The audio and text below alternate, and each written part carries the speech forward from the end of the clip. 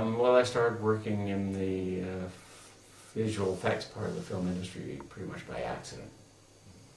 I was working in film to support my studio work as an artist.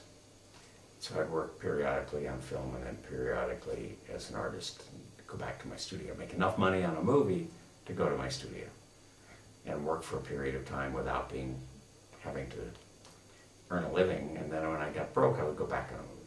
And the problem was, I so loved working on films that when I got back to my studio, I didn't like it. So I found myself working more and more on films, and what I started out doing, for the most part, was being involved with miniatures, and miniature photography, and building miniatures, that sort of thing. And that just led naturally to, optical effects and blue screen technology and other things that I started to pick up and learn. And I enjoyed it so much. I just loved that it was the perfect combination for me. All the creative stuff I'd been doing, plus the technical stuff that I loved, and that's how I got involved in the film business. I got involved in the film business because I really liked doing what I was doing.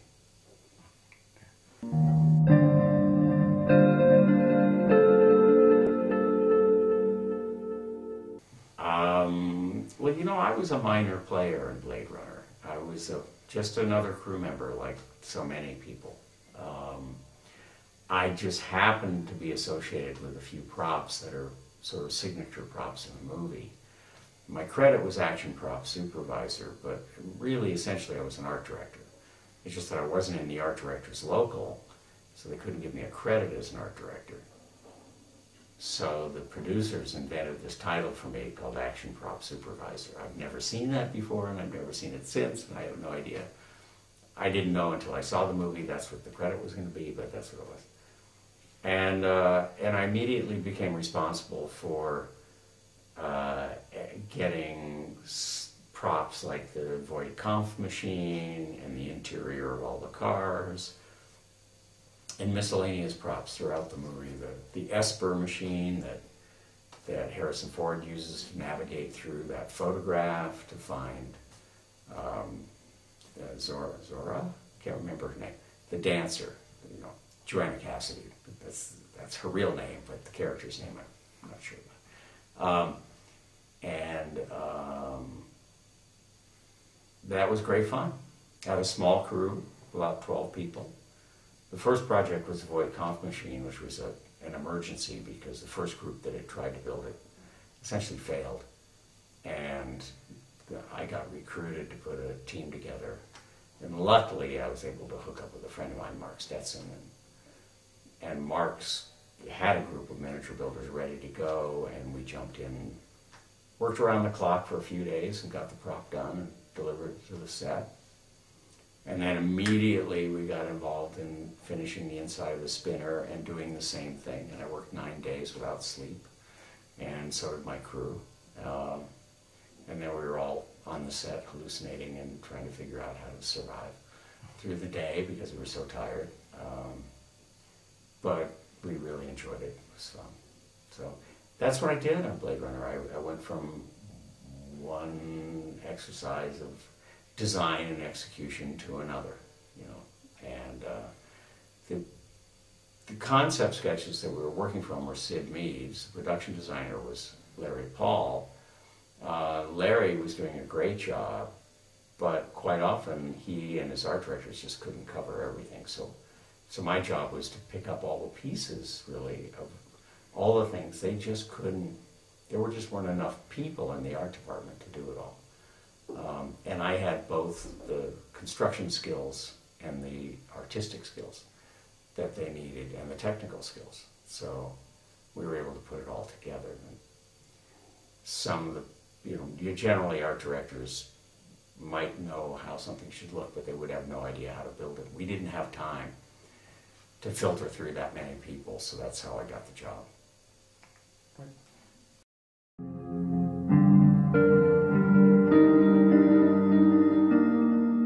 Well, the transition from optical to digital effects, which all of us, my friends and I, expected to take years, took months. And I mean, there were aspects of it that took longer. Generally, film titles were done optically for quite a long time into the digital revolution, or whatever you want to call it. And the reason opticals continued to be put together, or titles continued to be put together optically, is they ran for so long. They were 4 minutes long. And nobody had enough storage for 4 minutes worth of frames. And they didn't have pipelines fast enough to handle 4 minutes. You're talking 5,800 frames of material, and in the late 80s, early 90s, that was pretty much impossible to handle one sequence that was that long. Reliably. I mean, you could do it, but you weren't going to make any money. But I so embraced it, was so ready for it, and so eager to do it, and have been involved in digital tests and digital development of different techniques for a very long time. And the maps on War Games in '82 were all digitally created. They were all computer graphic. There was a fellow named Colin Cantwell, who's a brilliant designer and technical fellow who I had worked with previously at Universal Studios. And Colin did the very first digital storyboards I'd ever seen, essentially previs, in 1978. And Colin was hired to work on War Games before I was, and then I came on, and Colin continued to be the designer on the maps and get the maps done. The thing is, the job grew a lot, and so it couldn't be done just by Colin. We got a lot more people. But I jumped right in. On War Games, we had to build our own film recorders. There were no film recorders that existed to do what we needed to do, so we had to make them. So we made them. I spec'd them out, and we had people build them, and they worked.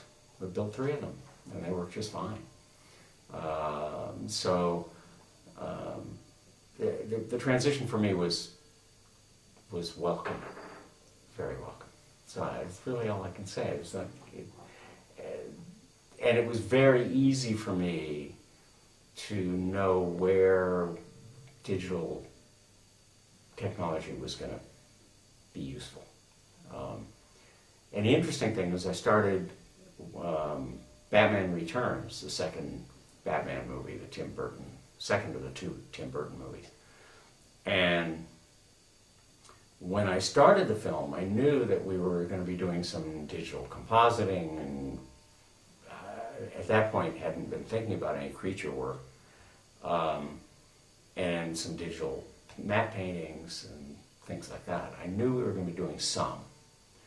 But for the most part, the film was going to be optical, and I thought we'd probably wind up at the end with about 20% of the movie being done digitally and about 80% being done optically. And in fact, over the length of that movie, it became 80% digital and 20% optical.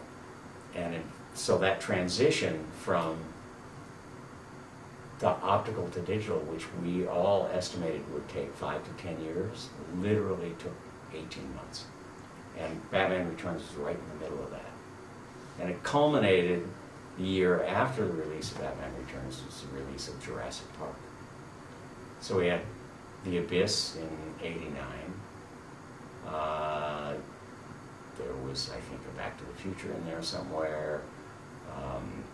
There was Batman Returns, where we created characters, bats and penguins, that unlike dinosaurs, people knew what bats and penguins looked like. So we had to make animals that felt real on a level or in a way that nobody ever tried to achieve before. And I think we were successful, we got nominated. And, but it was immensely difficult.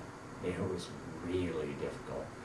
We were down to, I mean, we were counting minutes in terms of how many more frames we could manage to render before we had to literally take the render out of the machine and film. That's when we had to deliver a film negative. We didn't deliver a digital file.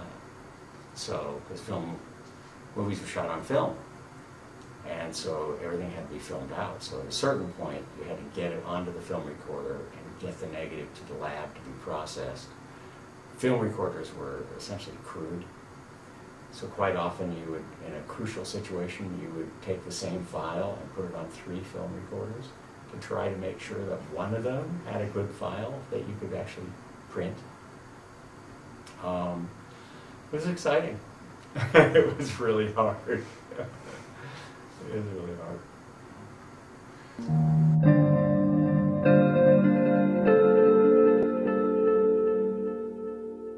Well, I really enjoyed this job. I mean, it used to be, in the optical days, that my favorite part was the planning and the shooting. And my least favorite part was the post-production optical process. And that's because opticals, being an analog process and depending so much on photochemical responses and the accuracy of mats, which would grow or shrink over time depending on the film stock and the length of time it took, or they would get scratched, or they'd get, excuse me, or the elements would get dirty. Opticals held less. It was wonderful when they worked. It was such a wonderful rush when they worked. So, but it was really, no matter how good the optical compositor was, you were working with on that optical printer, and these people were brilliant. You never knew, and they never knew if it really hit it that time or not. And when you did, you knew it was like capturing lightning in a bottle. So when we went to digital, suddenly a level of security came out of knowing that if we have this element, and we have that element, and we've done this right, and we've done that right, we're going to be able to put it together. And if it's not quite right, we can make an adjustment to the parts that aren't right without affecting the parts that are, which with opticals was never the case. You could have a beautiful shot in opticals, but have a bad frame because of some dirt or a scratch or something just odd, and you go back in just to fix that one thing, and the whole shot falls apart. And that didn't happen digitally. So, I mean, it could if the operator or the compositor didn't know what they were doing, but generally it didn't happen. So now I really embrace the entire process. I love coming up with the ideas of how we're going to do stuff, what it's going to look like, pitching that to the director, working with the production designer and the DP to get it built and shot. I love that. I love being on set. I love working with the actors. It's probably my favorite time. Once we start rolling the camera, my wife always tells me I look so happy. But now, when we get into post, if we're doing our job right and the shots start coming together, that's just as much fun. It's a different kind of fun, but it's just as much fun. So I don't really have an incredibly favorite part, but I do really like the initial stages, just because there's so much hope, and there's the opportunities are so rich, and the field is wide open. And then as you proceed down the path, you're narrowing and converging to the final product, and so your options become less and less. And as you're converging, it's still fun, but then it's more a question of execution and being a good explainer of things, so.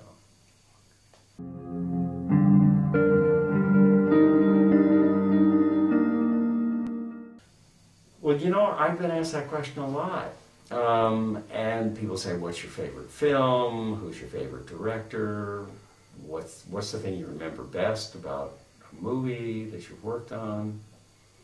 And I really can't pick one out. Every film has its own experience. Some films are much more difficult than others because the schedule is tighter, or the budget is difficult, or the director is difficult, or something, but that doesn't mean, that it wasn't a great experience. Blade Runner was, in terms of the hours I worked and the level of exhaustion, was one of the worst experiences I ever had. But as a film, and as an experience overall, it ranks at the very top. It was a fantastic experience. I learned more about filmmaking on that movie than any single movie I've worked on since.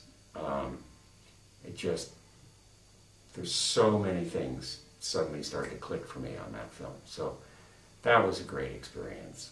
War Games was a great experience. Braveheart was a great experience. Golden Compass certainly was a great experience. Tropic Thunder was huge fun and a silly little movie, really, in every respect. It was a comedy. It was the only out-and-out, full-on comedy I'd ever worked on. And I didn't do the shooting part of the film. I wasn't on early. I'd come back from Golden Compass, and Ben Stiller, the director, was looking, and the star of it, was looking for a supervisor to take over for Michael Owens, who had been supervising it. And Michael was, at the time Michael took the job, the movie was supposed to be about 100 shots. And he was also working on a Clint Eastwood movie. He does virtually everything Clint Eastwood does. And the Tropic Thunder grew to 500 shots. And Michael, being involved in 2 movies, when one of them grows to 500 shots, something's got to give, and Ben started looking around for somebody else to take over. So Michael went back to work with Clint, and I took the Tropic Thunder job with Ben. And it was huge fun, because it was funny. And doing funny visual effects is really hard. They say comedy is serious business, and it is, and I just learned a huge amount about comic timing. Ben has amazing comic timing, and how choices are made, comedically, which is different, and the things you think about, and the things you want to do, and the number of options you have to present the director. When it's a comedy, it's much more difficult to define exactly how the effect is going to play out and become a part of that story and help tell the story and be funny at the same time. And so you do levels of variations of the effect. So, for instance, in Tropic Thunder, there's a scene where the Ben Stiller character is being shot and there's like blood coming out. It's pretty gross. On the face of it, you read it in the script and go, oh, I don't think this is funny. I don't think this is going to work. In the movie, it turned out to be funny. But we did 3 versions of those shots for Ben. We had a little bit of blood, which was sort of the realistic version. Then we had a little bit over the top, and then we had crazy silly, And he took those 3, said, don't do the realistic version. That's not good. Let's just go over the top. So we went over the top, and it was funny because it was so stupid. It was really, it was great. And I found out quite often in that film that we had to do shots multiple times, but we present all the options at the same time to Ben, so he could choose. And you could watch them in the cut and say, this one's funny, this one's not, this one's better, this one's not. Which drove the artist crazy, because I would say, okay, now do one with more blood. make this piece go faster. No, now make it go slower. Now tilt the blade like that. No, tilt the blade like this. No, do it. And so it greatly increased the amount of work that the facility and the artist had to do. But, in the end, it worked out. It was fun, and Ben was happy. You know, that's the goal. So, you know, it was just another side of the coin, and